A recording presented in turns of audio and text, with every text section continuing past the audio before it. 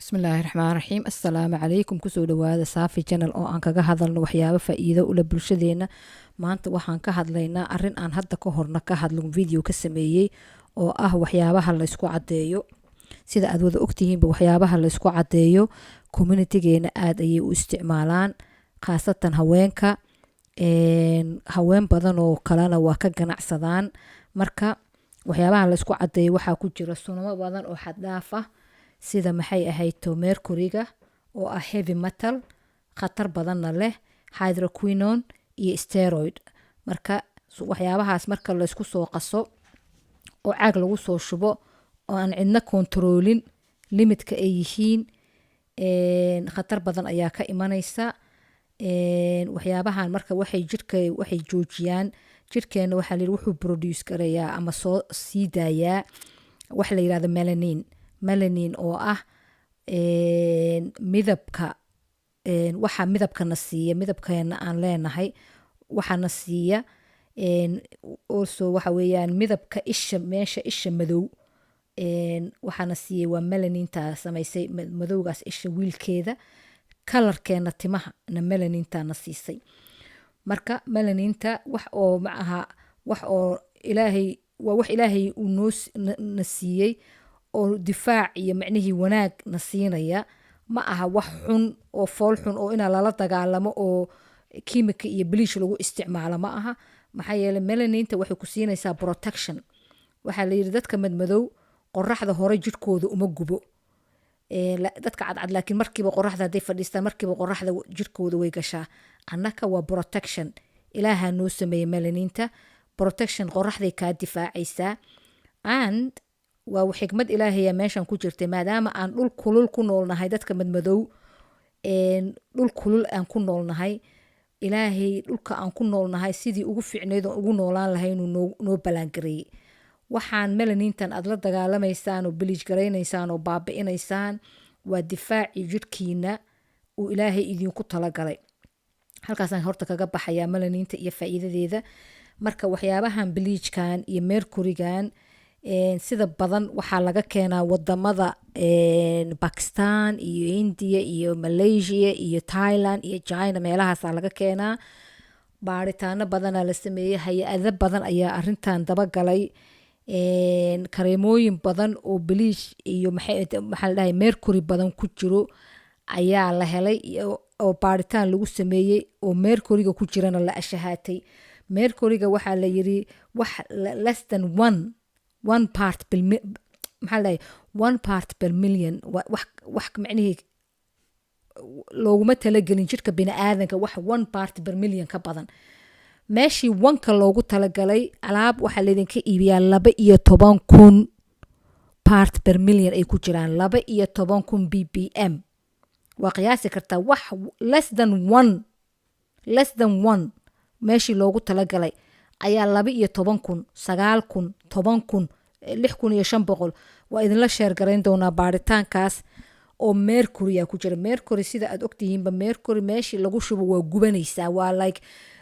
dhariga markuu karkaraayo badbadayo kale, si u badbadoo kale haddaad mercury maanta halkaas ku shubto u badbadayaa.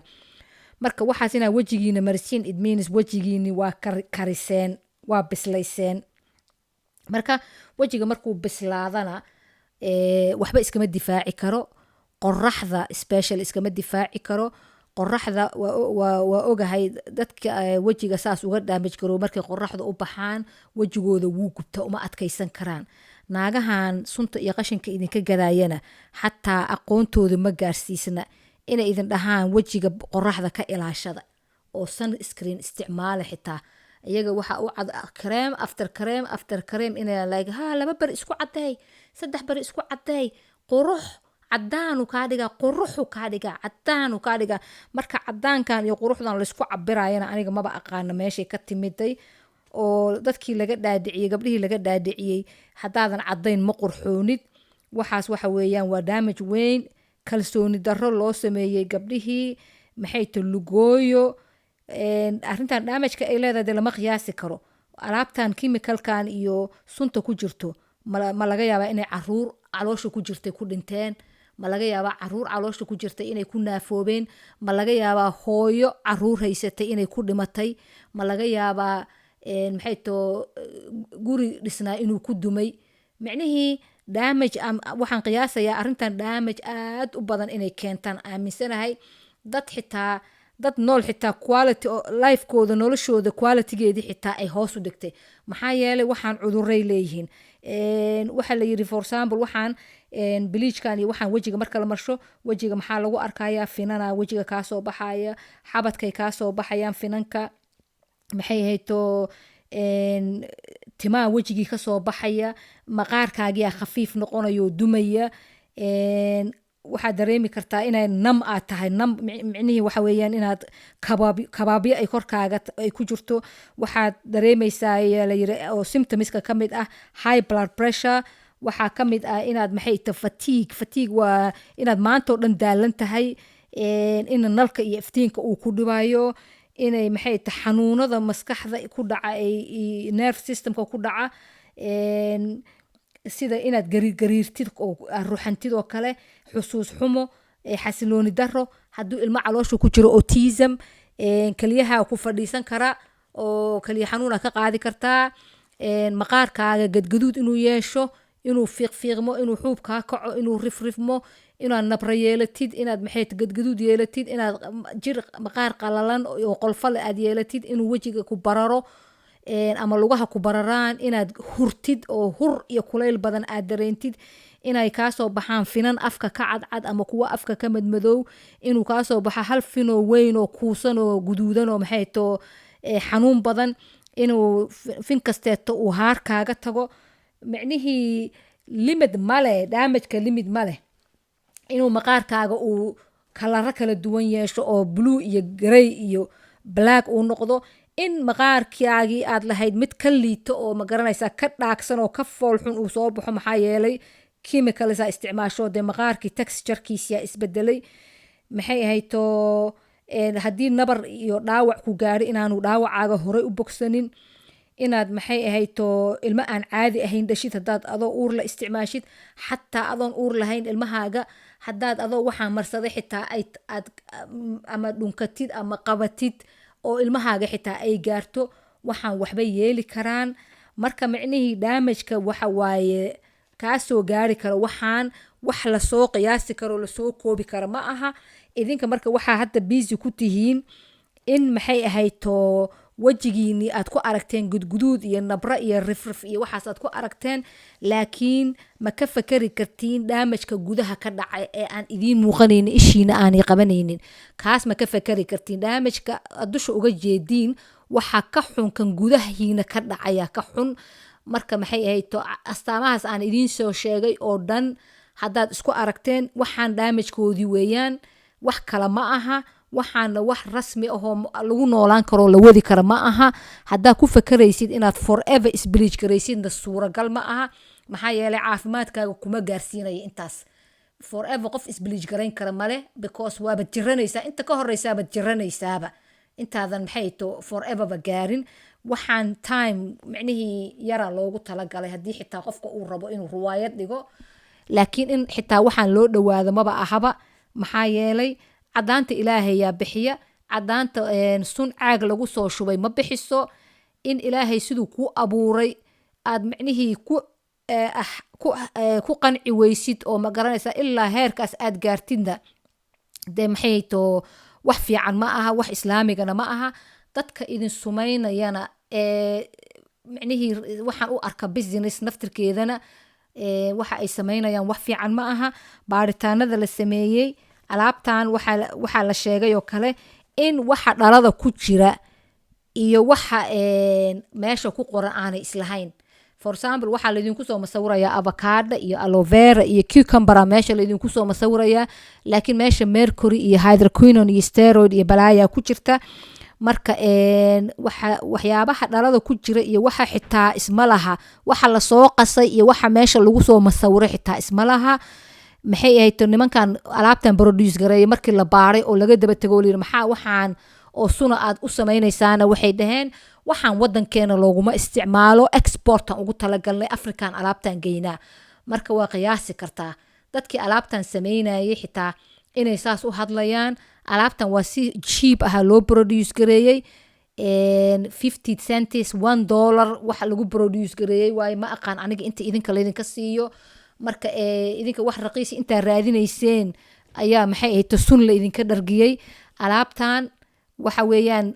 waxa loogu talagalay dadka aan waxba fahmaynin in loo dhoofiyay ismariyaan marka waxaan idinkula talinayaa alaabtan inaad ka waantowdaan oo ilaahay u noqotaan oo ilaahay maqaarka uu idin siiyay habi ku noqotaan haddaad habi xitaa aadan ku noqonin oo aad waxaan daba orodidne uun maalin baad soo fadhiisan marka it's better hatta intay goorta inaad soo fadhiisatid gabdhahan arkaya dhahaya gadgaduudka maxaa lagu bi'iyaa wejiga maxay ta markuu caatooba maxaa lagu buciyaa macnihii wejigaaga waxa waa dumay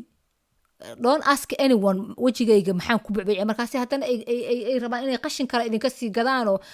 wejiga tana bucbuc kaaga dhigaysa 7 beri haddaa isticmaasha wejigaaga kaala iska arag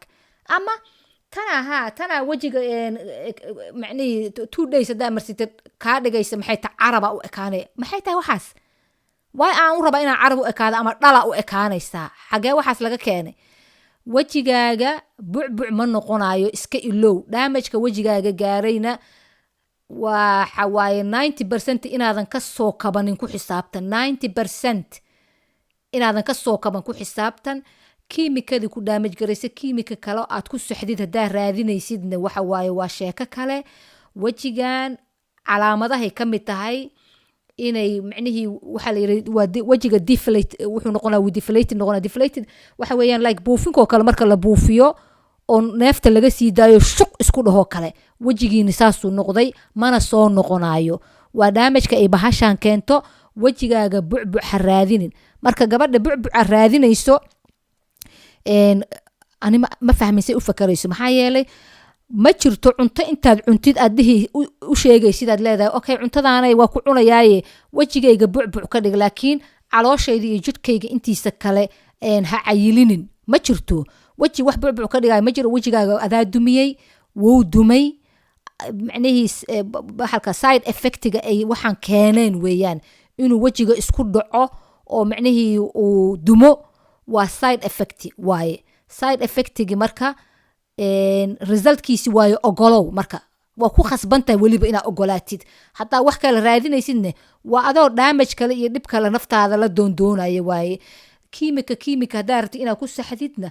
dee waa adigay kuu taalaa laakiin waxaan suntan lasoo qasay caagadahan yaryaroo xitaa lagu soo shubay foosha xun caaga naftirkiisa iyo sunta markay isgalaan sun kale ka dhalanaysa caaga xunka ahoo laydinku soo shubay iyo suntan markay istaabtaan waa sun kala meeshii ka soo baxaysa marka sun after sun waay idinkana waxaa raadinaysiin sun after sun gaduudka maxaa lagu bi'iyaa cagaarka maxaa lagu bi'iyaa bucbuca maxaa lagu ma jirto waxaan waa damage is done hadda wax kale haddaa raadinaysidna wixii laysii kordhaayo meeshaada ku jooji ilaahay u toobadkeen sidaad maxay hayto damagekii kugu dhacay at least ugu noolaan lahayd balaangaray maxaa yeelay damageka qaarkiis lama soo celin karo lacagtaada hayso khatar ha isgelinin